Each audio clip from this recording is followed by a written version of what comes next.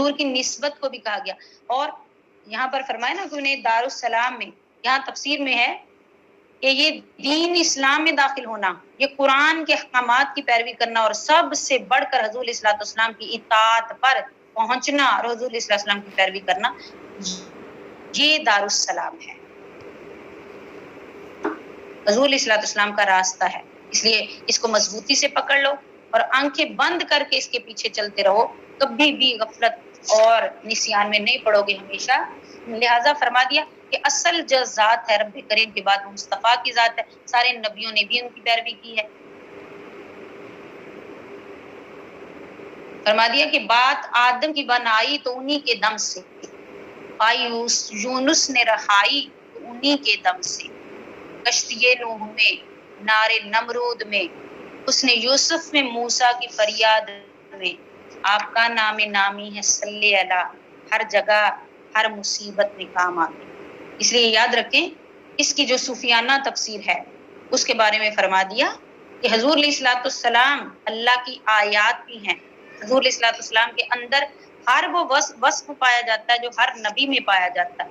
حضور کو دیکھنا سارے نبیوں کو دیکھنا ہے، حضور کی کتاب کو دیکھنا ساری کتابوں کو دیکھنا ہے.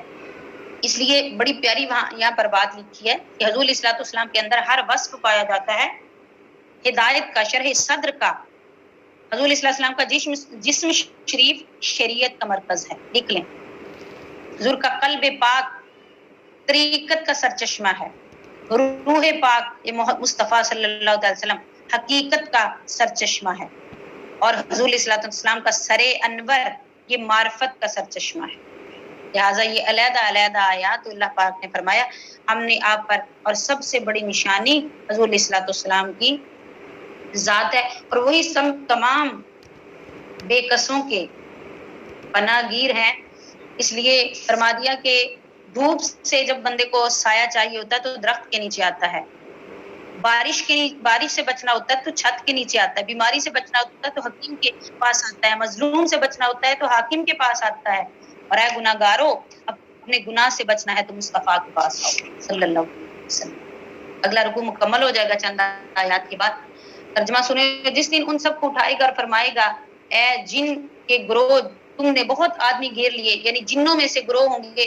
آپ کو پہلے بتا دیا میں نے جن شیطانوں کے بارے میں، جنہوں نے بہت سارے آدمیوں کو گھیر لیا ہوگا اپنی شیطانیت میں، اور ان کے دوست آدمی عرض کریں گے ہمارے رب ہم نے ایک نے دوسرے سے فائدہ اٹھایا اور اپنی اس میعاد کو پہنچ گئے جو تو نے ہمارے لیے مقرر فرما دی، یعنی قیامت کا دن. آگ، اللہ تبارک تعالیٰ فرمائے گا کہ آگ اب تمہارا ٹھکانہ ہے، ہمیشہ اس میں رہو مگر جس سے خدا چاہے. لہٰذا اے محبوب صلی اللہ علیہ وسلم بے شک تمہارا رب حکمت والا، علم والا ہے، اور انہیں ہم ظالموں کو ایک دوسرے پر مسلط کرتے ہیں بدلہ ان کے، یہ ان کے جو کرتوت ہیں ان کے اعمال کا بدلہ دینے کے لیے. یہاں پر بھی ان آیات کا، پچھلی آیات میں براہ راست راہ پر چلنے والے مومنوں کا ذکر تھا، اب جو ٹیڑھی راہ اختیار کرنے والے کافروں کا ذکر ہے، اور دن وہ ساتھ ہوں گے. یہاں واضح ہو گیا کہ جو برے لوگ ہوں گے وہ برے لوگوں کے ساتھ ہوں گے. تو اس کا مطلب بالکل واضح ہے کہ جو اچھے ہوں گے وہ اچھوں کے ساتھ ہوں گے. لہٰذا وہ لوگ وہاں پر اکٹھے ہو کر کیا کہیں گے؟ جو ان کے سردار ہوں گے وہ سردار پھر کفِ افسوس ملیں گے، اور جو ان کے پیروکار ہوں گے وہ ان کی مددگیری کے لیے ان کے استاد، ان کے جو سردار ہوں گے وہ نہیں آئیں گے، اور جو وہ ان کی پیروی کرنے والے ہوں گے وہ کہیں گے کہ مولا ہم نے مزیداری، یعنی ہم چسکے لے لے کر گناہ پر، ان کے پیچھے ہم مزیداری کے لیے جاتے تھے اور یہ ہمارے پاس سرداری کے لیے آتے تھے.